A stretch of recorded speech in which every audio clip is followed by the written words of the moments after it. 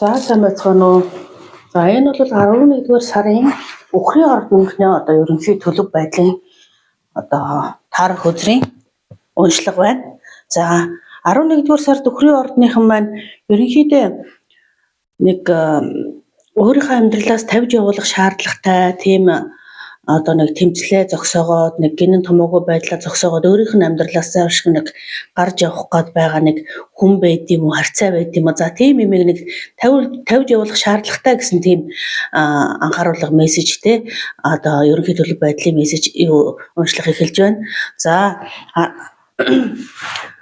ажил төрлийн тухайд бол Үхрийн ордныхан маань хуучин шинээр юм бол сэтгэхэд хэрэггүй 11-р сард. Ягаад гэвэл уламжлалт аргаа хадгалаад мөнгө төгрөгөө баг багаар санхүүгээ хадгаламжтай хийгээд байж ихын дээр 11-р сард шинэ өндөр хүн амлсан уламжлалт бус таны хийдгээс арай өөр та нэг тийм сайн мэдэхгүй яг магадгүй ингээд тэрнийхэн талаар ингээд тооцоолол хийж байгаа ч гэсэн танд ингээд тийм ойлгомжтой биш. Тэгээд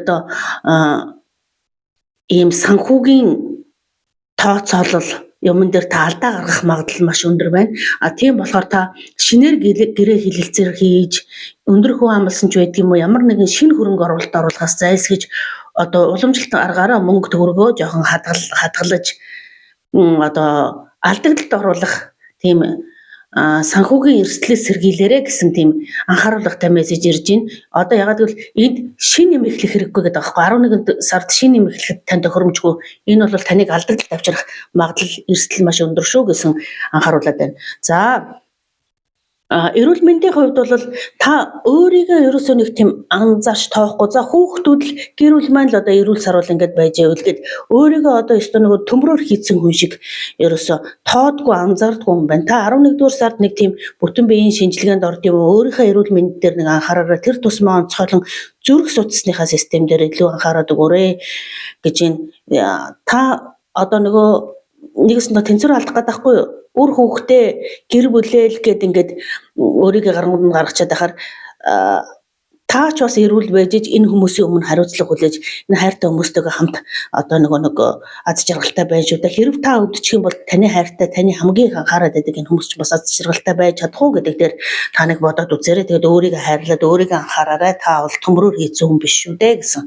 За тийм мессеж ирлээ. За 11-р сарын хүн хоорондын харьцаан дээр болохоор таны үн цэнийг хэн нэгэн тодорхойлохгүй. Та зөвхөн өөрөө тодорхойлно. Энэ нь болохоор хүн хоорондын л харьцаа. Хэн нэгэн таныг сул дараагаар үнэлэл янз бүрээр хилдэг байлаа гэхэд тэр хүн таны үн цэнийг тодорхойлохгүй. Тийм болохоор энэ гарч ирсэн зарим хүмүүсийг нэг амьдралаасаа тавьж явуулах аливаа юм цаг хугацаатай 11-р сарын үндсэн төлөвийн мессежин дээр тийм гарч ирж байгаа байхгүй. Аливаа юм цаг хугацаатай, явах цагтаа явж, ирэх цагтаа ирдгээ. Явах гэсэн хэн нэг явуулах цаг нь болсон. Ягаад гэвэл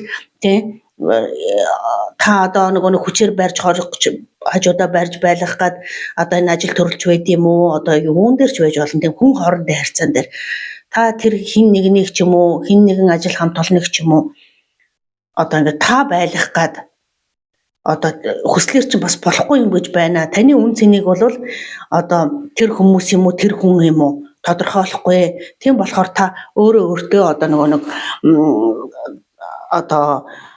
явуулах ёстой харьцаа хүн хоорондын харьцааг тавьж явуулах шаардлагатай цаг үе нэрэд байна 11-р сард. За эрүүл мэнд биш хайр сэтгэлийн холбоон дээр болохоор харьцаан дээр болохоор таны хайр сэтгэлийн амьдралд та нэг эцэг ихээ нэг тийм өршөөж уучлах танд зайлшгүй шаардлага нь магадгүй хайр сэтгэлийн харьцаан дээр хүслэр чинь болохгүй нэг тийм жоохон юм байгаад бол ялч хүний амьдрал эцэг их хамааралтай л болж орж ирдэг болохоор эцэг ихээсээ ерөөсөө хамааралгүй юм шиг байж болохгүй.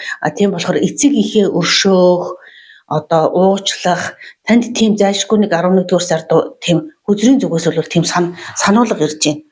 Эцэг ихээ тавьж явуулж анхаарч уужилж өршөөхгүй болвол хайр дурлалын амьдрал та ямар хамаатай юм бэ гэж бодож болно. Ерөөсөө тийм биш байгаа. Энэ чинь энергийн хууль эргээд яс юм дээр энергийн хууль гэдэг чинь та хэн нэгнийг хайрлаж байгаа хайр, эцэг эх чинь таныг хайрлаж байгаа хайр, та тэрийг бүрэн дүүрэн ойлгож ухамсарлаж чадахгүй байгаад байгаа бол эргээд таны хүсэж байгаа шиг хайр ирэхгүй байгаа хгүй. Энд эцэг эхийн хайртай танд бол зайлшгүй хамаарч орж ирж байна. Дээд тэнгэрээс чинь харж байгаа дааж байгаа юмнуудаас чинь зайлшгүй хамаарч орж ирээд эцэг ихээ уучлж өршөөж одоо хайрлж инрээрээ гэж байгаа хгүй. Тэгжиж та эргээд хайртай хүнээрээ хайрлуулын шүү гэдгийг танд анхааруулж мессеж орж ирж байна. Тэгээ хэрэг танд ямар нэгэн одоо сэтгэл зовоосон асуудал байх юм бол та найз нөхөд ойр дотны хүмүүстэй хандвал танд тэд хариуг нь өгөх болно гэж байгаа хгүй. Хайр сэтгэлийн тухайд нэг тийм айхтар амжилттай биш байгаа дах шиг байна. Тийм болохоор эцэг эхтэй холбоотой байна. Бас найз нөхдөсөө туслам зөвлөгөө энэ нэгнээс туслам зөвлөгөө аваарай гэж байна. Тэгээ энэ нь болохоор таны санхүүгийн одоо байдалтай бас хамаарч орж ирэхэд байна л да. Санхүүгийн асуудал яг одоо хайр дурлалын амьдралд чинь нөлөөлж ийн гэж байгаа байхгүй тий. Та одоо магадгүй өнөөдөр нэг айхтар мөнгө төгрөг санхүү олдгүй орлогогүй хин нэгнээс ингээ хараад байдалтай байдаг бол эн чинь бас одоо хайр дурлалд чинь амьдралд нөлөөлөд байна. Тийм болохоор магадгүй та өөр ингэсэн жоохон ч гэсэн ажил хөдөлмөр хийж жоохон орлого олдог байх. Танд одоо шаардлагатай байгаа мөнгөө та хэрэггүй ямар нэгэн юмд санхүүгийн хөрөнгө оруулалт хийж алдах вэ гэдгээс сэргийлээрэй. Ягаад гэвэл 11-р сард танд тийм илүү одоо тийм үйлдэл бол нэг тийм ашигтай биш байна шүү гэдгийг за 11-р сард танд сануулж байна. За манай өхрийн ордныхонд зориулсан 11-р сарын мессеж ингээд өндөрлж байна. За 11-р сарын мессеж байлаа.